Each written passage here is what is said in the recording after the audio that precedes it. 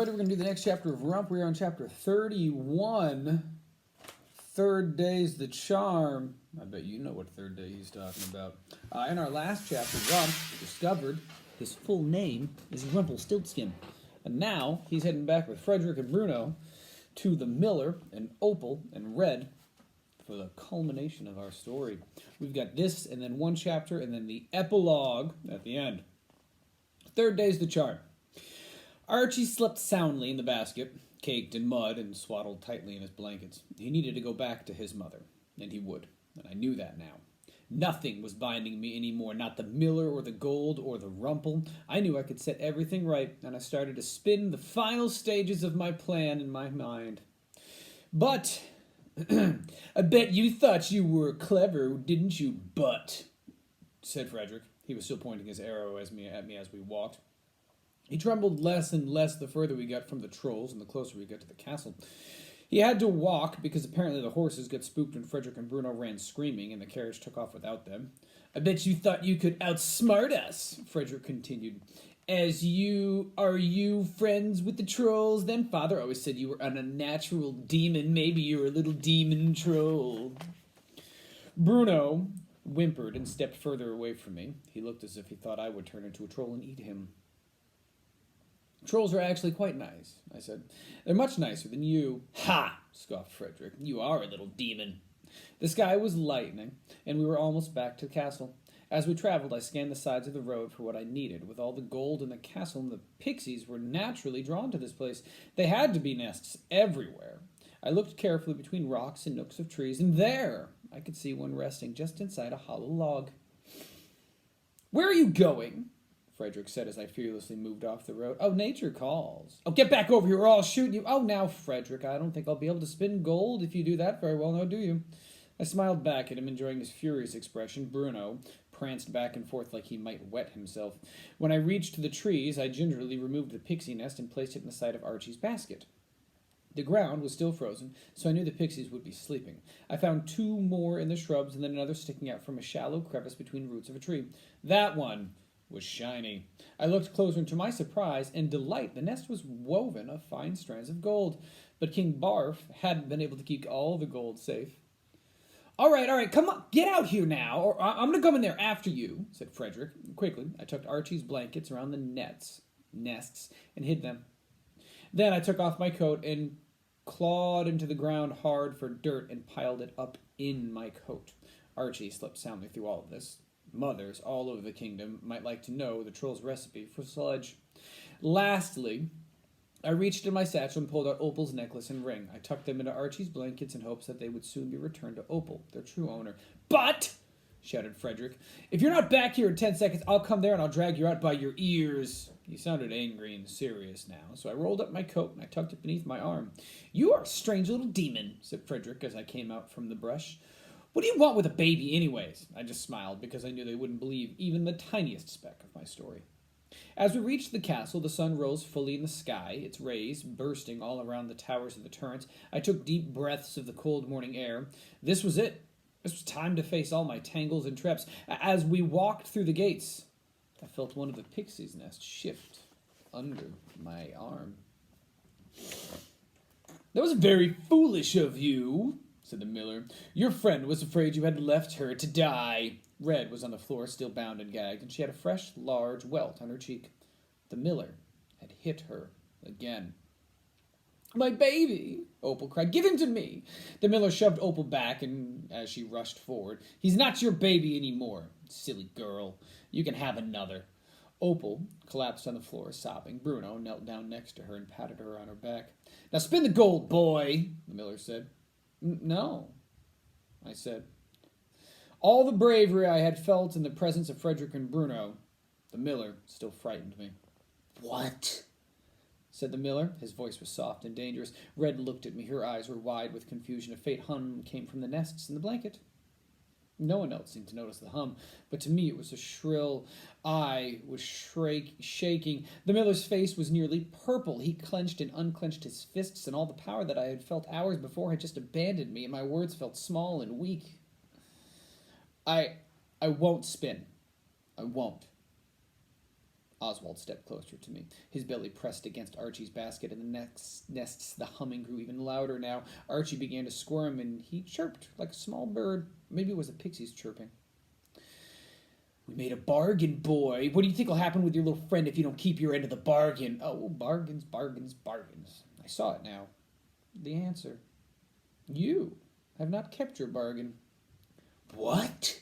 Snarled Oswald. Your friend is still alive. That's not what you promised. You promised me that my friend would be unharmed. Clearly you have broken your promise, and so there is no longer a bargain. The miller's face turned deep red as cherry tomato tunic. He clawed at the pile of gold next to him, as though he thought to strangle me with it, but then he shouted with alarm when he realized that he couldn't pick it up, just as when Opal had tried to lift it before she had made a bargain with me before. The miller couldn't lift it now. It was as if it was glued to the floor. No bargain, no gold, I said with a smile. Why, you! And the miller lunged at me. I have something to say, said Opal. Oh, not now, girl. The miller grabbed my ear and twisted. No, I am the queen, and Opal said, standing with Frederick and Bruno behind her. You don't order me anymore. I am queen. The miller released me, shoving me hard as I crumpled to the floor, barely catching Archie in the basket. One nest plopped on the floor, and a pixie emerged sleepily. He fluttered to my hand.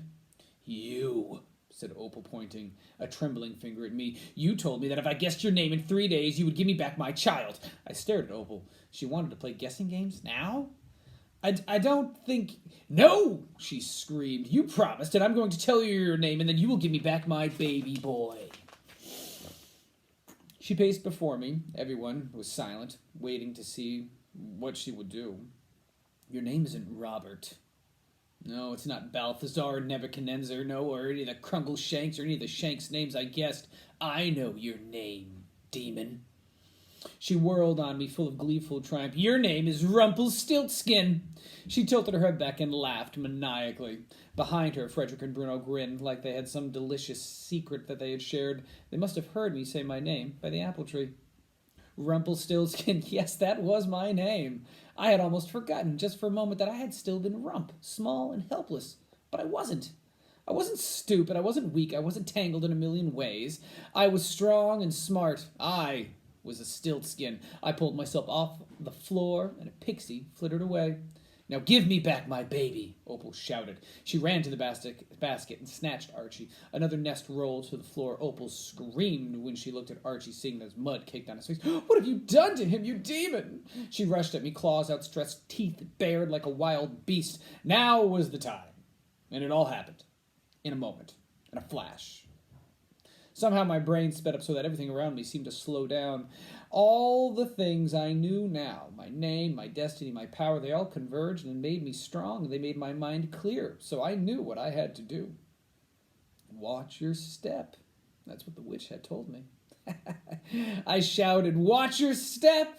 You guessed right, my name is Rumpelstiltskin. I stomped my foot on the pixie nest, and a hiss like a boiling kettle filled the air. I stomped on another nest, and then another, and the floorboards beneath me raised and cracked, and everyone stood frozen, staring at me. The buzz rose to shrieks, and then the room exploded with pixies. Opal screamed and hovered over her baby, while the miller and his sons flailed their arms and legs. I shook out my coat and dumped the dirt all over Red and myself just as the pixies pelted towards us. They swerved around the cloud of dirt and aimed instead for the miller and his sons. I yanked Red to her feet, stomped again on the cracked floor that Opal had weakened with her incessant rocking. I kept on stomping until the floorboards groaned, and just before the floor collapsed, I threw the last nest into the spinning wheel. The pixies exploded all over the gold as Red and I plummeted through the floor. Now, if you remember, when we read Rumpelstiltskin, when she guessed his name, he yelled something like, the devil must have told you, and then he stomped his foot and disappeared. In a different version, he stomped his foot and got so mad he ripped himself in half. And in another version, he stomped his foot and then flew off on a cooking spoon. And in this version, he got angry and stomped his foot. Stomping your feet in anger seems to be something that in any version of Rumpelstiltskin occurs. We landed on a pile of potatoes, mashed potatoes now, in the kitchen. Martha screamed, hovering above us with a long knife. Oh, she exclaimed when she saw my face. Oh, it's you, Robert. She lowered the knife. I stood up. I brushed myself off. Hello, Martha. Could I borrow that? And I took the knife out of her hand, and I cut the ropes from Red wrists and her ankles, and she pulled off her gag and gasped for breath.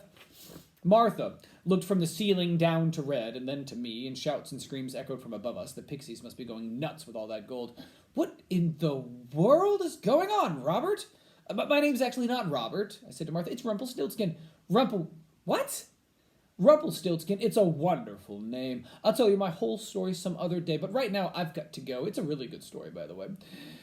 May we? I nodded in the direction of the kitchen door. Martha simply gaped. She looked at me with a blank stare and stepped out of the way. I took Red's hand and walked towards the door. Wait, said Martha. Take some pies, I guess. We grabbed some food, thanked Martha, and ran for the door. Chapter 32, From Small Things. We have chapter 32 to read, and then the epilogue.